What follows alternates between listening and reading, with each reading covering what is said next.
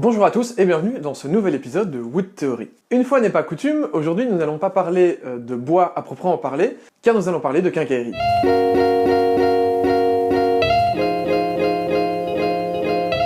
Alors évidemment, ici je vais vous donner leur nom en français de Belgique, mais n'hésitez pas à laisser dans les commentaires si jamais dans votre pays ces mêmes quincailleries ont des noms différents. Commençons donc tout de suite avec les charnières, qui vont donc nous permettre d'ouvrir et de fermer les portes de nos meubles. Nous avons tout d'abord la charnière piano, qui porte bien son nom, puisqu'elle sert particulièrement à la fermeture des claviers de piano. Grâce à sa longueur, elle permet de soutenir un poids très important, mais malheureusement elle demande énormément de visserie pour pouvoir être fixée. C'est pourquoi elle va être très peu utilisée pour des portes d'armoire, mais leur gros avantage est de pouvoir être découpée à n'importe quelle dimension. Passons ensuite à la charnière universelle. Comme son nom l'indique, c'est une charnière de base, celle qu'on utilise partout, celle que l'on va voir sur toutes les portes. C'est vraiment la charnière la plus facile. Mais elle n'est pas à confondre avec sa cousine que l'on va appeler la pommelle. La pommelle, son avantage, c'est qu'elle peut être divisée en deux. Elle a donc deux parties, une partie mâle et une partie femelle. Une partie qui va s'accrocher sur le bâti, sur la partie immobile du meuble, et l'autre partie qui va s'accrocher sur la porte. Celle-ci va donc permettre de démonter aisément la porte sans avoir à dévisser toute la charnière.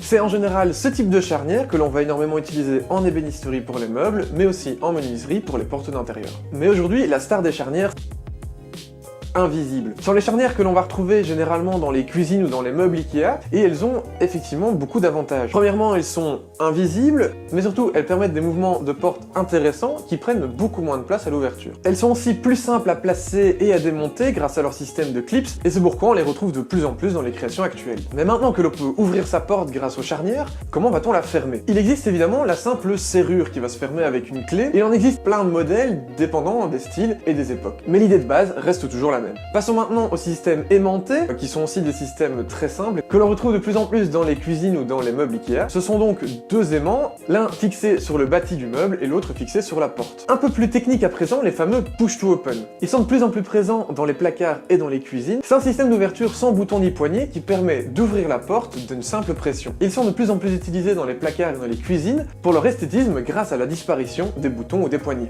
Ce système existe évidemment pour les portes, mais aussi pour les coulisses des tiroirs. Il est évident que les tiroirs aussi ont besoin de quincaillerie. Si à la base on se limitait à une simple latte de bois sur laquelle venait coulisser le tiroir, on a depuis beaucoup évolué. Effectivement, les coulisses deviennent de plus en plus complexes, dépendant de type d'ouverture du tiroir, mais aussi du poids du tiroir, de la forme du tiroir, etc., etc. Il existe autant de systèmes de coulisses qu'il existe de formes, de taille et de poids de tiroir. Mais que serait une armoire avec des portes et des tiroirs s'il n'y avait pas d'étagères à l'intérieur? Alors pour faire tenir ces étagères, on va utiliser ce qu'on appelle les crémaillères et les taquets. Au départ, les crémaillères étaient en bois, et les taquets aussi d'ailleurs. Les crémaillères ont pas mal évolué, on est passé maintenant à des crémaillères métalliques. Ces crémaillères existent en bois, en aluminium, en acier, en métal, etc., etc. Mais actuellement, la mode est au système 32. Alors qu'est-ce que c'est que ce système 32? Ce sont ces petits trous percés de manière régulière sur le côté de vos armoires, dans lesquels vous pouvez insérer des petits taquets en plastique ou en métal, sur lesquels vous pouvez déposer vos étagères. Nous voilà donc arrivés à la fin de ce petit tour d'horizon sur les quincailleries, qui est un monde vaste et rempli de surprises. C'est pas pour rien que les catalogues sont aussi lourds et aussi imposants. Je vous invite évidemment à aller faire un tour sur internet ou à feuilleter les catalogues pour aller découvrir tout ce qui existe en quincaillerie. On est parfois très étonné de toutes les possibilités qu'elles offrent dans les styles, les designs, les techniques, etc., etc. En tout cas, merci d'avoir regardé cet épisode de Wood Theory. N'hésitez pas à laisser un pouce bleu si cette vidéo vous a plu, laissez un commentaire si vous avez des questions ou si vous avez besoin d'informations supplémentaires. Et puis surtout, si ce n'est pas encore fait,